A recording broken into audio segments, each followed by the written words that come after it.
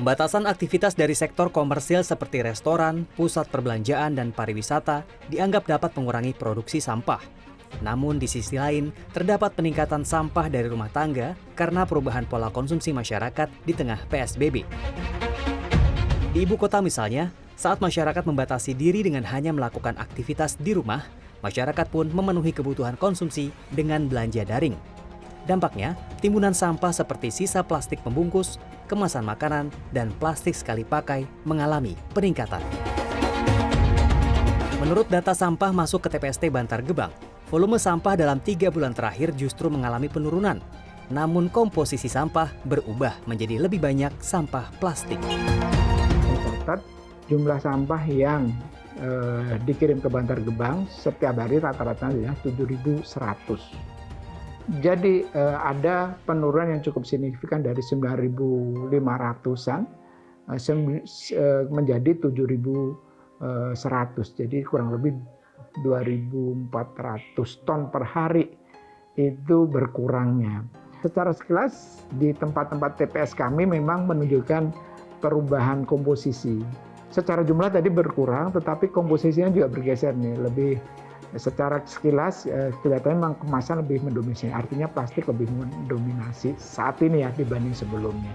Kita akan melakukan terus pengamatan dan melakukan penyesuaian penanganan apabila nanti kita temukan bukti-bukti yang signifikan. Analisa Dinas Lingkungan Hidup Jakarta tersebut didukung kajian Lembaga Ilmu Pengetahuan Indonesia. Dalam survei yang dilakukan LIPI terhadap 715 responden pada 20 April hingga 5 Mei 2020, terdapat peningkatan sampah plastik selama pandemi. Sampah plastik tersebut sebagian besar disumbang oleh aktivitas belanja daring yang naik hingga 62% dan pesan antar atau bungkus makanan yang juga mengalami peningkatan 47%. Jika sebelum PSBB para partisipan survei hanya membeli produk secara daring sebanyak 1 hingga 5 kali dalam 1 bulan, kini melonjak menjadi 1 hingga 10 kali dalam 1 bulan. LIPI juga mencatat, selotip, plastik, dan bubble wrap merupakan pembungkus yang paling sering digunakan untuk produk belanja daring. Jumlah sampah plastik dari pembungkus paket di Jabodetabek mengungguli jumlah sampah plastik dari kemasan yang dibeli. 96% bagian paket adalah pembungkusnya. Bahkan plastik yang sebelumnya bisa dipakai kembali oleh konsumen, kini cenderung langsung dibuang karena khawatir terpapar virus COVID-19.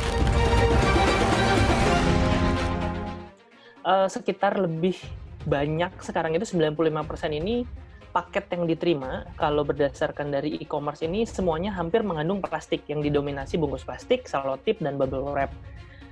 Namun demikian memang secara umum, setengah dari rumah tangga ini mengalami peningkatan sampah plastik, terutama plastik kemasan dan pembungkus plastik yang kalau misalnya, sebenarnya kita bikin 2 sih, kalau misalnya satu lagi itu yang di nasional itu bahkan 2 kali lebih tinggi pembungkus plastiknya.